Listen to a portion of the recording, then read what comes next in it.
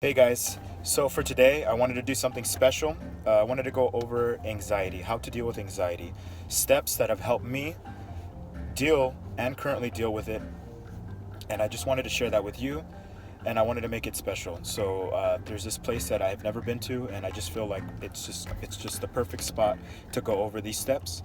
It's called Camp Crystal Lake. Well, not Camp Crystal Lake, but that's what it was called in the movie. But I'm going to the Crystal Lake. It's gonna take about an hour to get there, so I'm gonna head out. I'm gonna try to have a little bit of footage to show you on the way up, but I need to be safe too, so I'm gonna make sure it's not too crazy. So here we go.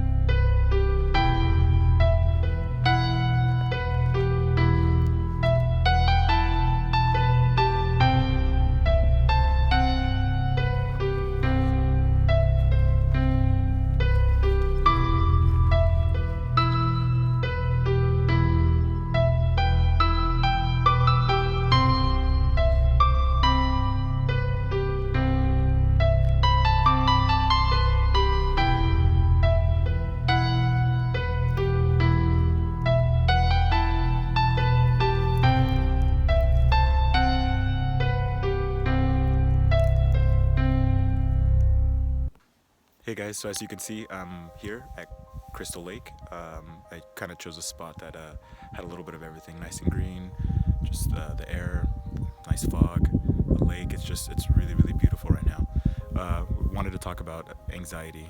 A lot of us go through it, but a lot of us don't really open up about it. I always tell people when I try to explain it to them, I lived in my head for so long. I forgot what was going on around me, and that's because you live inside your head. You're trying to keep yourself together. You're trying to not let yourself freak out or whatever it is that you're going through. You're trying to not let it get to you, so you're always in here. And that's what I mean by being inside your head. So wanted to go over a couple things that actually helped me, and I hope that they can also help you dealing with anxiety. Number one, this one's a little bit tricky because it kind of combines two concepts. The first one is fresh air. The second one is calming techniques. Yes, I said fresh air. Being outside, breathing when you have these attacks, these panic attacks, these anxiety attacks, whatever it is you want to call them. When you go through these, fresh air is the best thing.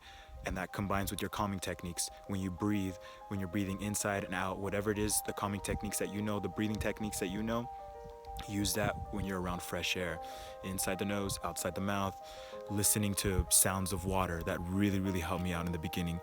Birds chirping, just being outside, just those nature sounds was what really, really always helped calm me down. Step number two, mapping out your brain. Your brain is going, I get it. It's crazy sometimes, and it gets to you. Map it out. Start writing everything down.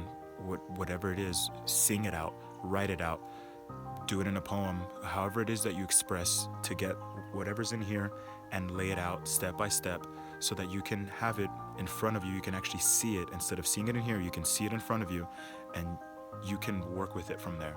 I promise you, it's really, really helpful. It has been very, very helpful to me. It helps me schedule out things. It helps me just keep track of things. It helps me keep track of what I'm feeling, what I'm going through, how to approach things, and how to see things a little bit more clearly. Step number three, spirituality and religion. So I know this one's kind of a tough one. It gets a little, but as far as spirituality, I'm talking about meditation, anything from studying the energies of the earth and energies of the world, just whatever's around you. whatever makes you feel connected to yourself and the things around you is what I mean by spirituality. As far as religion goes, for me, God, Jesus, that's my man right there. But for anyone else, that is up to you. Whether it is you need to find your atheism, your Buddhism, your whatever it is that you need to find connect with. That's what I mean by that. There's no right or wrong answer here, guys. It's what connects to you. Number 4, staying busy, but not too busy. You want to make sure you keep yourself occupied. Really go out with friends, go out and do stuff. Really try to get out. I'm not saying to take away from that time that you really need to yourself, where you just really can't be around anyone. Don't take away from that. You need that. That's a part of it. What I'm saying is just really try to keep yourself busy and focused so that you're not constantly in that alone period and you're not constantly feeling like you're the only one going through this, because you're not. Number 5, physical involvement. Find something, some way to stay active, to be active, whether it's Pokemon Go. I love to do that, catch some Pokemon, be out there, gotta catch them all. Whether it's hiking, being outside like this, whether it's any kind of martial arts as well, like me. Whatever it is that grabs you. Part of being healthy and part of being exercising, physical involvement, is you have to find something that you're comfortable with. You have to be comfortable with it and you have to enjoy it. It's not something that you have to hate. It's not something that you should hate. It's something that you should love to do. So find what it is and get involved. Number 6, surround yourself with people that actually understand what you're going through. I know some people say, I know, I get it, I understand, but sometimes, especially with these, it depends. Everyone goes through different types of anxiety, but you have to really, really connect and surround yourself with those people that are really going to understand how to just be around you, how to talk with you, how to interact with you, and that's really, really important. So make sure you surround yourself with those people. Number 7 is diet.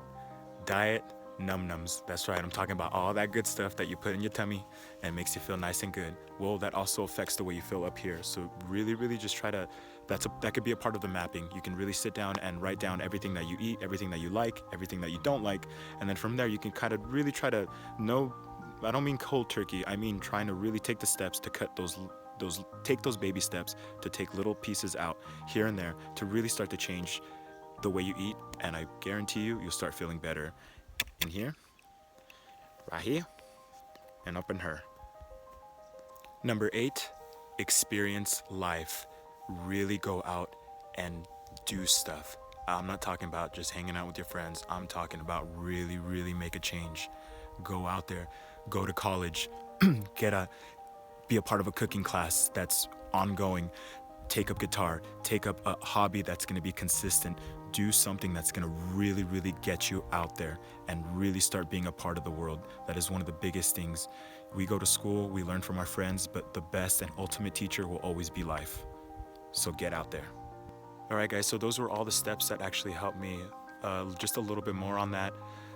My process was, it took a long time. I've been dealing with anxiety for 11 years now. I got it when I was 17, and it really just was a very difficult but very, very rewarding process.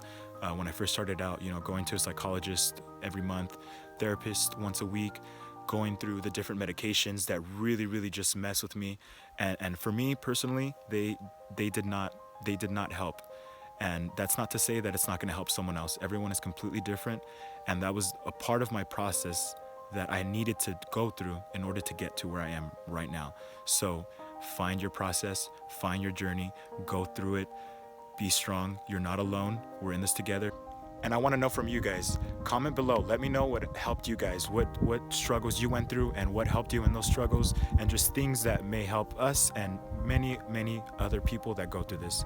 Be sure to like my video and subscribe to my channel, guys. I will see you next week for another adventure.